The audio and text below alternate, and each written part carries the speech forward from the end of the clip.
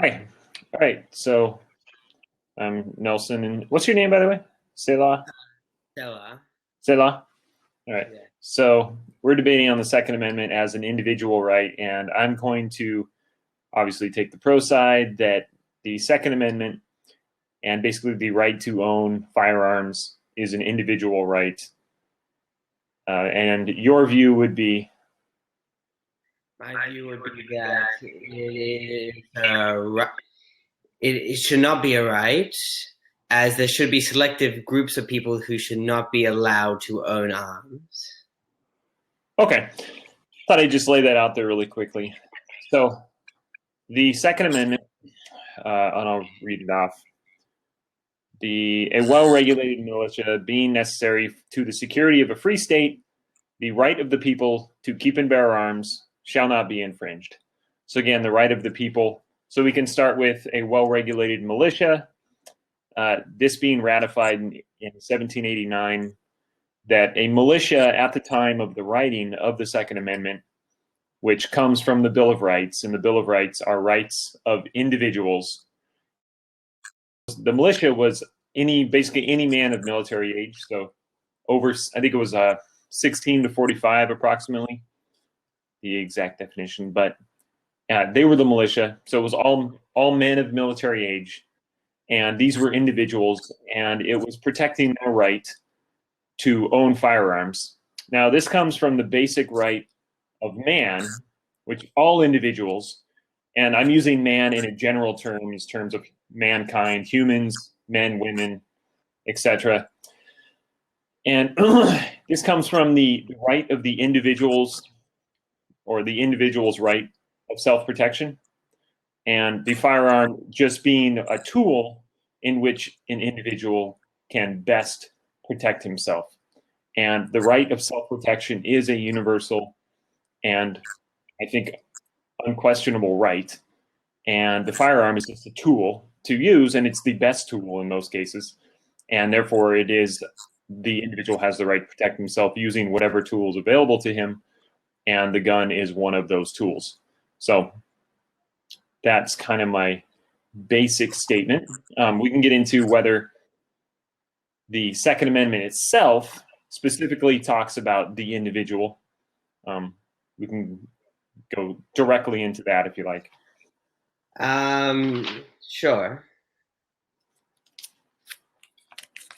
So the Bill of Rights were rights for individuals, not just citizens of the United States. They were, but obviously the 10 Amendments were ratified into the Constitution as rights that were specifically things that the government could not do to the individual. You look at the first one, it's the individual's right of belief and practice of that belief. Of course, not so long as he's not sacrificing other people against their will. As far as religion, individuals being the press, which is just made up of individuals. So freedom of individuals to go out and report. And so freedom of the press, freedom of individuals to get together, and freedom of individuals to petition the government, and freedom of individuals to speak their minds, right? To think as they would like. Control of thought is control, or control of speech is control of thought. So they said individuals can think as they so please. The freedom to associate and disassociate. You have the freedom of the individuals to be protected in their homes and in their persons, Fourth Amendment warrant. Freedom of the individuals against being forced to testify against themselves. You go on down the line. I mean, we don't have to read the 10 amendments, but the first 10 amendments, but they are all individual rights. And the idea that the Second Amendment is a right of, say, a government or something that the government can't restrict itself doesn't even make sense. So that's, I guess, the basic lay. So we can go ahead and go back and forth in a discussion here, if you like. Yeah, that would probably be best. Keep it civilized. That's my preferred method, anyways. I don't like the 3 minute. So go ahead.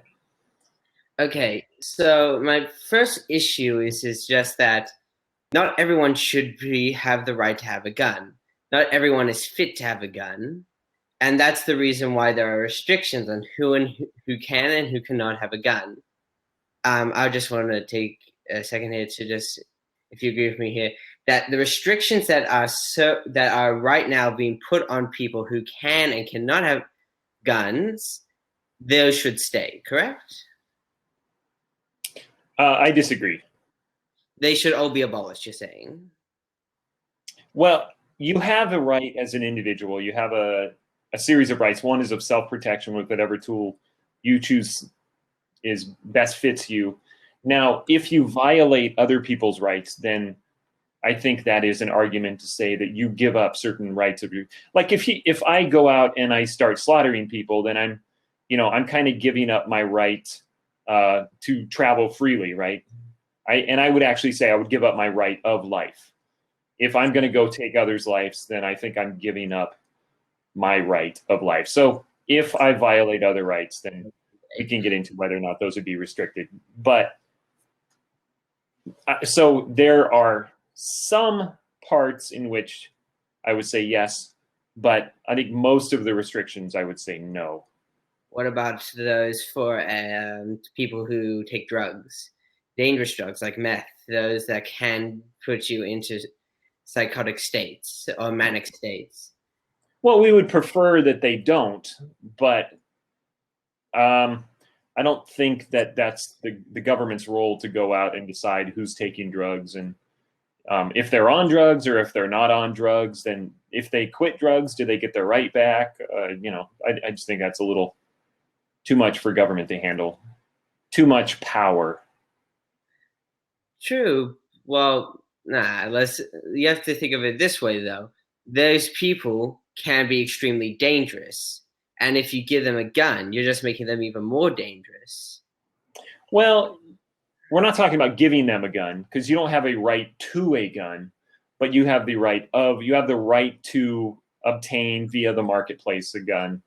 And so if they're going to go out and obtain a gun legally, and that by legally, I mean not stealing it or something like that, because if you steal a gun, then you're in violation of other people's rights, and we can prosecute you in that case. But yeah, I think that if gun owners generally don't want to sell it to meth addicts, if they know I mean, you can do all these videos on YouTube where the guy walks into the gun shop and he's like a nut and he thinks that gun owners will sell guns to anybody, right? No background checks. You can just walk in, give them $100, they'll give you a gun.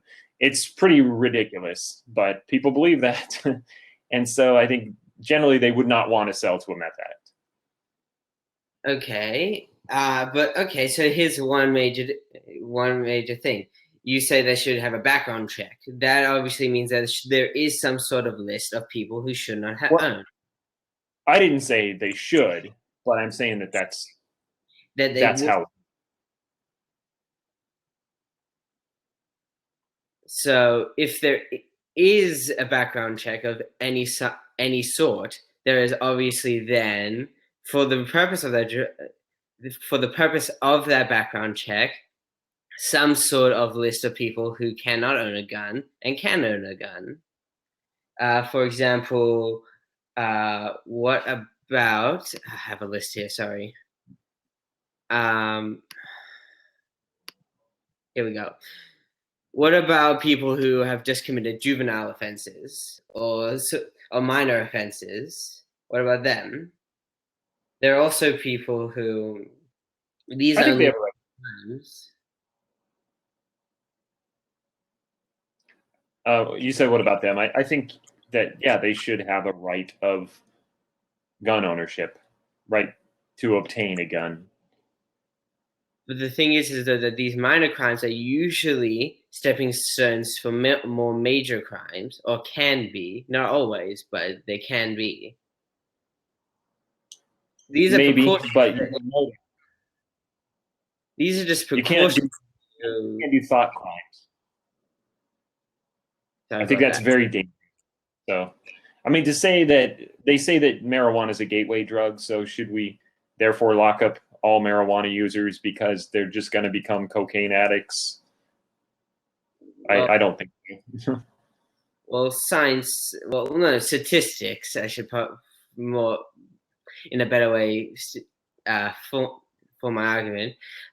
Statistics have shown that marijuana is just not a gateway drug. People who take it don't usually go on to get taking worse drugs. But once again, different argument. Right, and I would basically agree with that. That I mean, I've never done marijuana, I've never done drugs myself, but I think it's the people they hang out with. But either way, the idea has long been that it's a gateway drug, and if you do marijuana, eventually you're going to get into cocaine and stuff. So should we therefore say they're cocaine users and so they shouldn't be allowed to have a gun? I would say no. I think that I don't see the use of marijuana, especially these kind of lesser drugs, as being something that should restrict your right of access to guns. But I'm talking about more hardcore drugs for that we should restrict from. Maybe a marijuana user can use a drug, but someone who is, let's say, is on cocaine, not cocaine, meth, crack. Crack is the same thing as cocaine. Sorry. Well, oh, well, actually, there's crack cocaine, and then there's other types of cocaine. So yeah, but no, I don't think that. What was that? Lots of different types of drugs. A pretty little rainbow. Yes. So you have quite the variety there. But I don't think that. And I don't know, how would you prove that somebody's a habitual user? Are they a one-time user? Are they just like a social drug user? And would that matter? I don't think that affects an individual's right of gun ownership.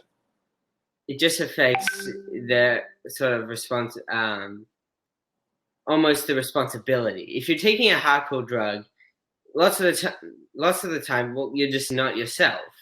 I think you would agree with me on this. That not that you're a completely different person, but you can go into severe manic or psychotic states, which you can completely lose control. And giving someone who loses control a gun, a deadly weapon, I think is a fatal flaw in any sort of system, because you're essentially saying you can go off the hook at any point in time. You're practically like a ticking time bomb, and I'm going to give you something that's similar to an actual bomb. Well, I don't think that should affect their right as an individual of gun ownership. If you want to restrict and prevent them from purchasing guns, you really can't, right? Because after all, if they really wanted a gun and they're a drug user and they had the intent to use it for nefarious purposes, it's not like they can't get one. I mean, it's pretty easy to obtain one if you don't care about the present laws.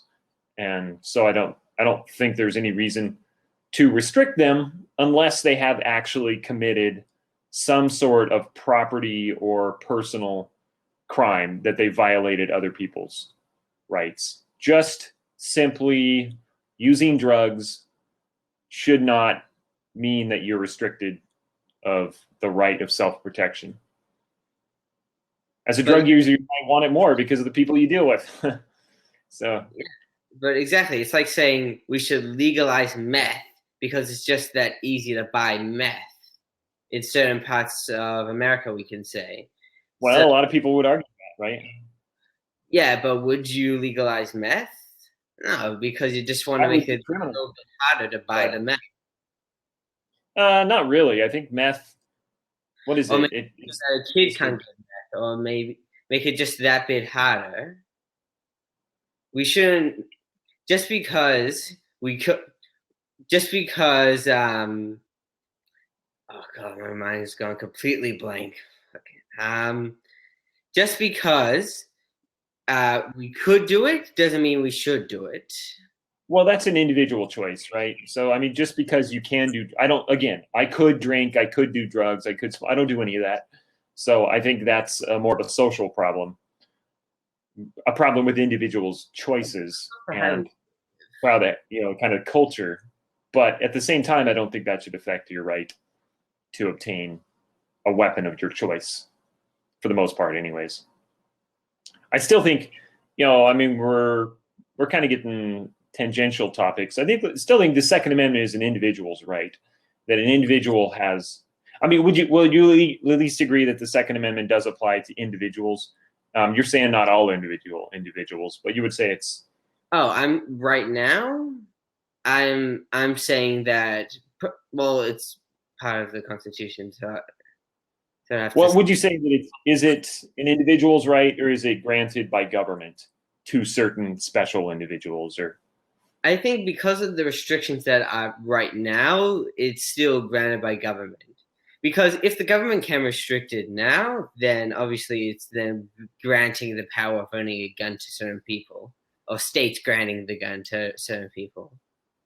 well, are you saying that it's the state restricting the rights of individuals, or is it granting a special right to other individuals? I would consider more granting a special right, not because I see it this way. I see it almost like they are making. I don't know the word. They're amending the amendment. They're just because it has been done beforehand. This is just them doing it again. This is just them making a normal exception because you can't just give a gun to anybody. It's just not safe. Well, again, we're not talking about giving a gun to everybody or anybody, but I would actually. Yes, sorry, I should say that properly. Giving the right to a gun to anybody. Or so you would say giving the right by government. I'm saying that as an individual, you have that right, whether government likes it or not. Now, I think what's happening is government is understanding that it is an individual right, and they're coming down and they're constricting, right? So we started off with a very broad right of individuals to own guns. People used to walk around with guns, right? It was a very safe society. Remember, a well-armed society is a very polite society, right? You've heard that saying before. But think of the implications. I know I'm nitpicking here, sorry about that. But think of that. What the implications of that mean? Well, it depends, because if you've gone into some areas that are well-armed societies, then it tells the criminals this is not a place to come, right? I mean, cities and areas that are very, very restrictive are actually very dangerous areas. I mean, think of the most gun restrictive areas in the country, or even in the world, for the most part, are also some of the most dangerous places in the world, especially and in the country. I would disagree on that. I mean, I come from Sydney, Australia, and we're very restrictive on gun control, and we're pretty safe. I mean, you can have this slight slip up where I mean, if one gun accident happens where they shoot just one person, that gets on the news. Meanwhile, in places in America, the only way that a shooting gets onto the news if multiple people die. Think about, I mean, even minor gun, even minor gun crimes get on the news. That's my point. It just shows how I You're guess talking about gun crime. I mean, you still do. I've kind of debated this on very lightly before. You still have you in Sydney. You still do have what's called mass shootings, but you're a very, very tiny, tiny country, right? I mean, when you look at your population and where everybody lives, it's very different than the U.S. But you're talking about specifically gun crimes. I mean crime in general, like violent crime overall. So you can look at other. Um, from what I understand, Sydney is relatively safe. Can look up the crime statistics, but we do have drugs, but it's not on such a large scale. Look at Melbourne, one of the safest cities in the world, also very restrictive. but it's also one, as I said, one of the safest cities in the world. You've got crime. Yeah, I mean, you have gangs and drugs and murders and all that stuff. It just so happens in places where guns are illegal, murder still occurs. It just might occur less with guns. But even in gun restrictive areas, it still occurs with guns.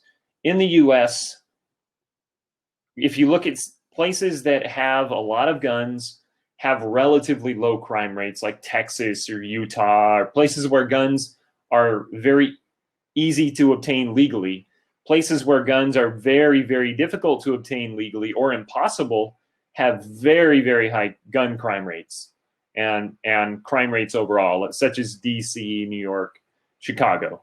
I mean, Chicago is, and Detroit, but Chicago is the famous, that's the gun capital, or the murder capital of the United States. They have like 500 murders a year. Gun murders, people shooting, right? And it's almost impossible to get a gun legally in Chicago, at least to carry around outside the house. New York's the same way. You have to go and ask special permission from a board. John Stossel tried. He's had, numerous threats against his life, and he's not special enough to be able to legally obtain a gun, even though he's got numerous death threats. Right? He can give you pages of them from liberals that don't like him.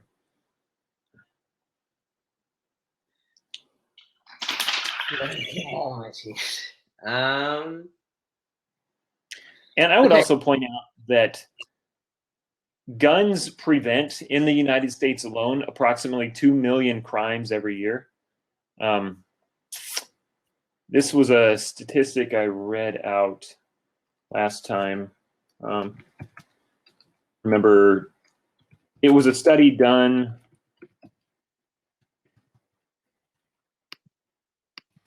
I have to look it up, but Gun Owners of America, they didn't do the study. They simply reported the study done by somebody else, GOA.org, gunowners.org, but it's not loading.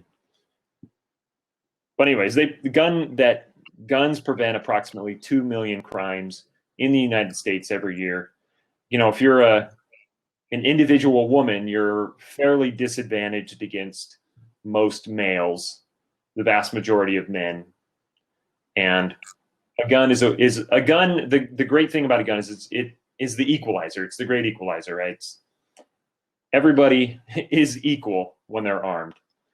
A 400-pound or a 300-pound NFL linebacker or something is equal approximately to a 100-pound woman well armed. So I think that's a defense for making guns more easily obtained. But I think getting back kind of more specifically to the idea of the individual's right, this again would go to that every individual has a right to protect themselves, right? Individual protection. I think, would you agree with that individuals have the right to protect themselves? Yes. Wait a second. Can you excuse me for 1 second? Yeah. No, I don't have the key. You have a kangaroo trying to get in? I live in America now.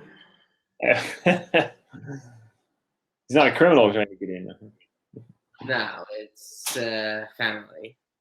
Oh, soon.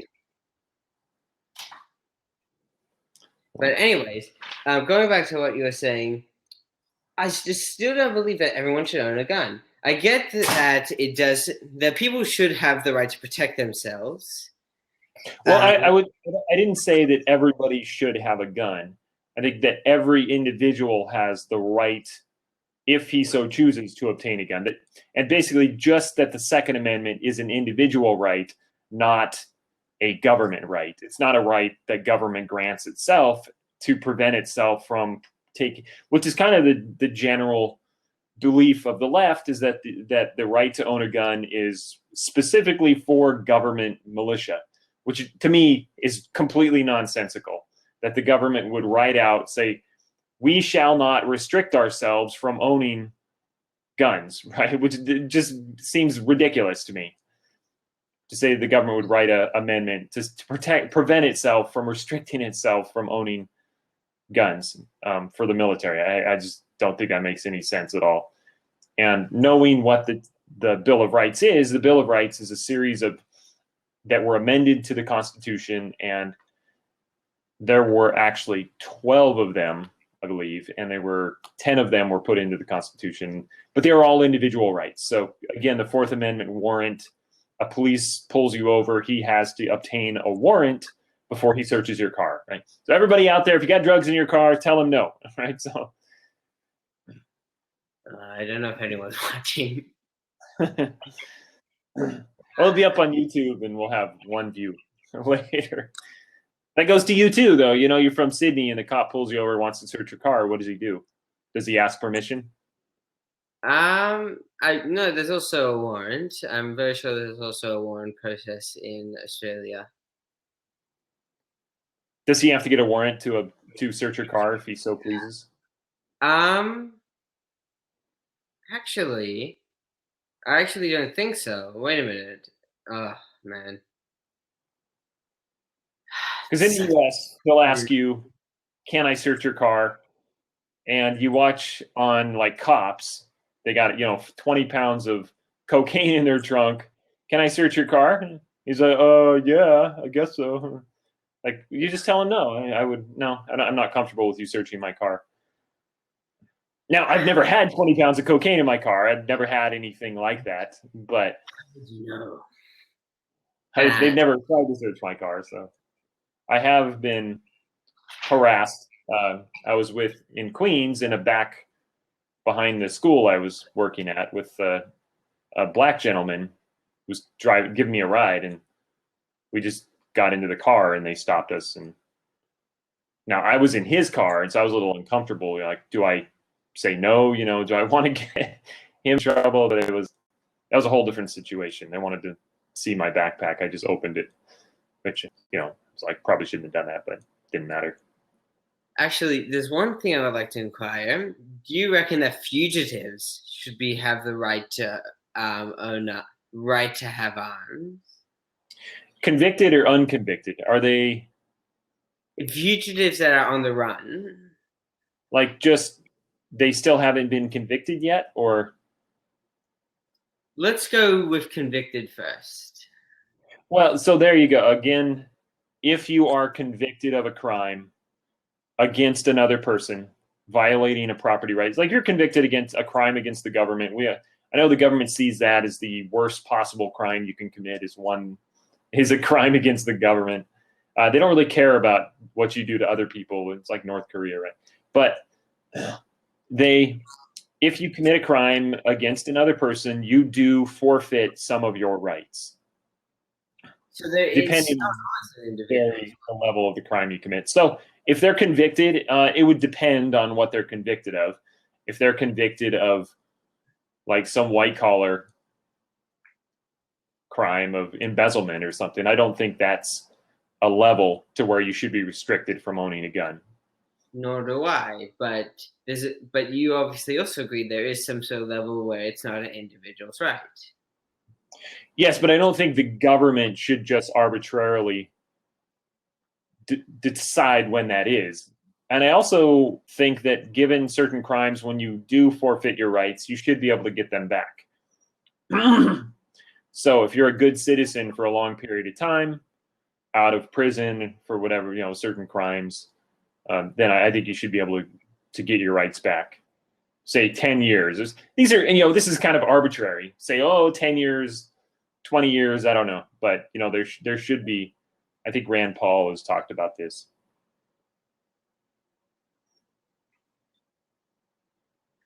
True, but it still doesn't change the point.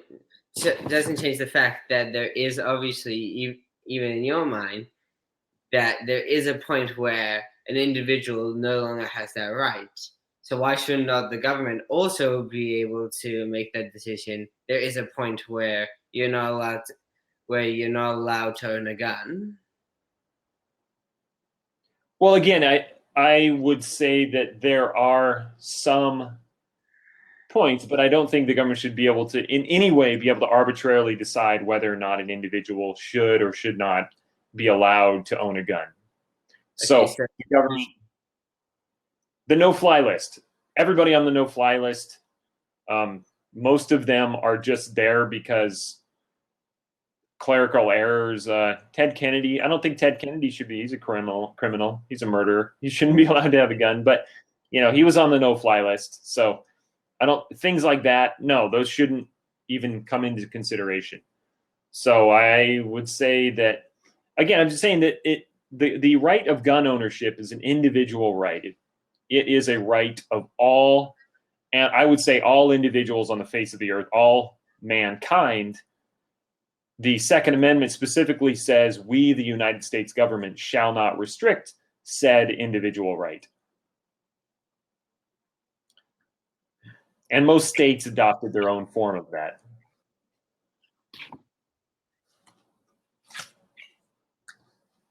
But someone has to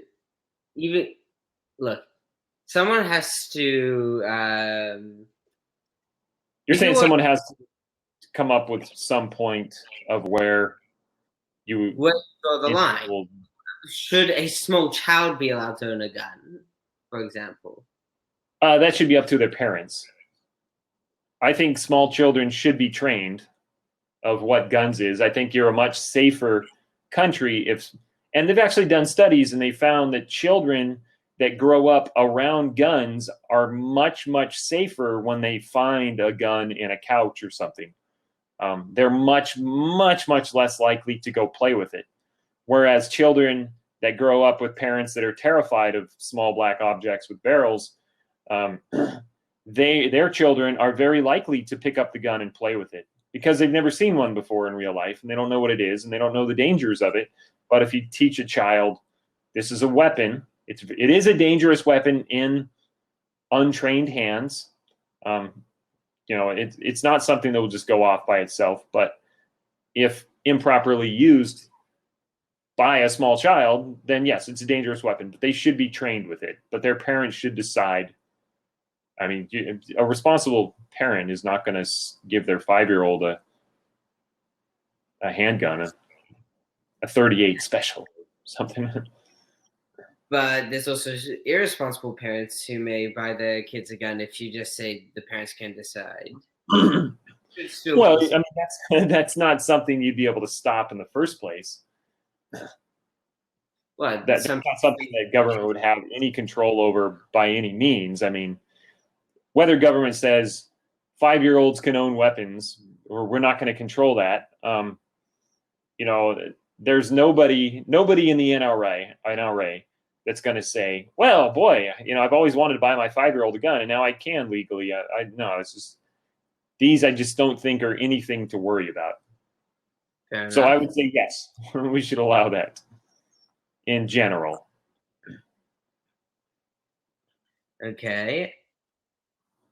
Also, thanks. This is only like my second debate, but thank you for debating with me. I've been trying to get to so many people. No one's answered. Oh yeah, I haven't done this in a while. I used to debate a whole lot. I think I was one of the early adopters, and then I kind of gotten away from it for a while. I actually would like to do more economic topics. I teach economics, so I'd like to do. What are your views on different economic? Where do you live, by the way? What state? California. Okay, so are you in LA or? Yeah, in LA. Okay. California, I like California, but I don't think anybody likes Sacramento government except people that run it, San Francisco. It's a pretty messed up state, but some great parts of California that I really like. So, I was a graduate student there. Did my graduate work there. Some of it. San Diego. Loved it. Oh, the college of the San Diego College. I know of it. Yeah, San Diego State University. It's the Aztecs. State University. Yeah. I've only been for a week, so I don't know anything. Okay. It's well, you know where San Diego is. About 2 hours south of you. Okay. Yeah, it's a nice part of Southern California. It's the jewel of Southern California, they call it. So This is a very interesting call-out debate. Very different. what was your last one? I think I saw you had 4 or 5. You did do one of them. Yeah, the last one I did was about critics, about our critics, I believe. Should we go with our critics on?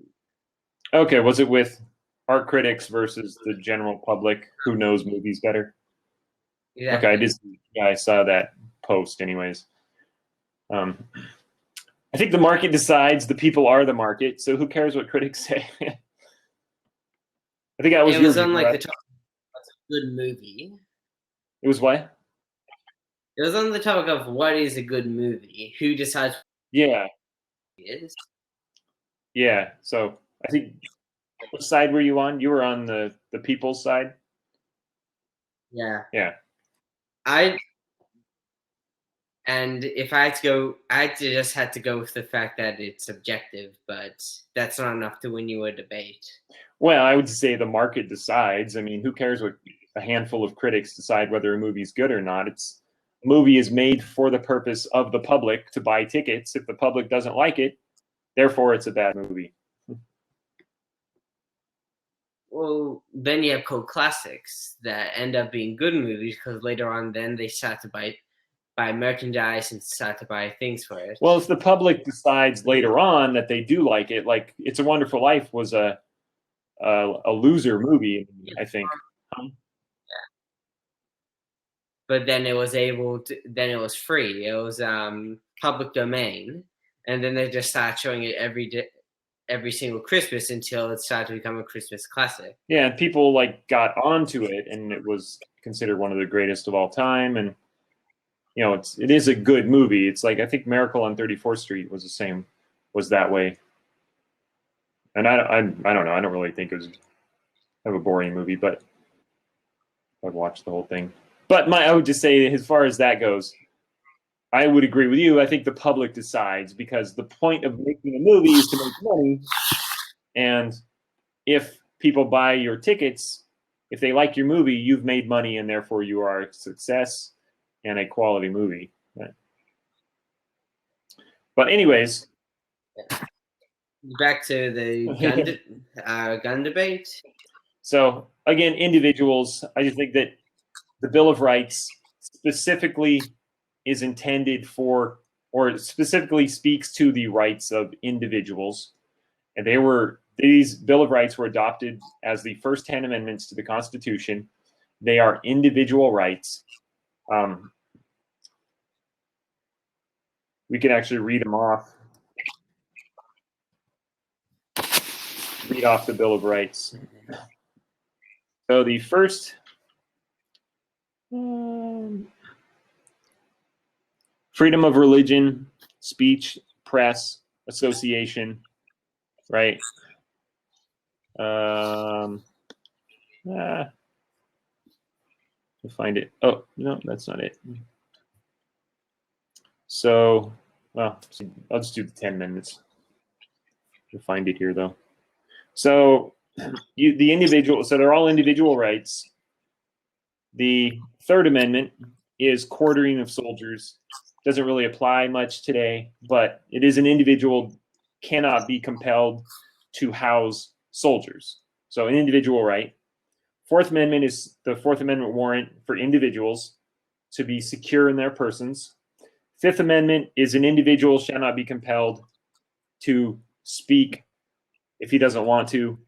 The individual gets due process, doesn't have to self-incriminate, double jeopardy. Those are individual rights. Fifth one is individual has a right to a grand jury, a trial by jury, due process, etc. Oops, sorry. Fair and speedy public trial.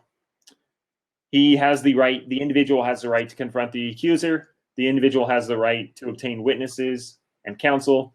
Number 7 is the trial by jury. It's an individual right again. Number 8 is excessive fines and bail. individual. Number nine is the right not. Oh, this is the rights not enumerated in the Constitution. So there are other individual rights that exist, privacy, things like that. And number 10 says these are rights granted unto the states, and just because we didn't lay something out doesn't mean that we therefore have that power. Only power is delegated to it by the states or the individuals through the Constitution. Those are all the powers that the federal government has. Of course, those have all gone out the window, but again, I'm just pointing out here that these are all individual rights, and hence the Second Amendment being among these is an individual right, not a group right, because groups don't even have rights. Groups are just collections of individuals. It's not a, you want to say it's a right of militia? Well, militia was just a bunch of individuals of military age. So there you go, all individuals. There was no really government, like now they have the state militia, they call it, or they consider it kind of a state militia. It's the I'm blanking on it right now, but yeah, I just think all of the evidence says it's an individual right. So I mean, we got 3.5 minutes left to get into where rights come from, but I have to wrap this up now. My mom wants me, but it's been a pleasure debating with you. Nice to meet you. Welcome to the U.S. Okay. Bye. Bye. Good luck. Cheers. Okay, cheers.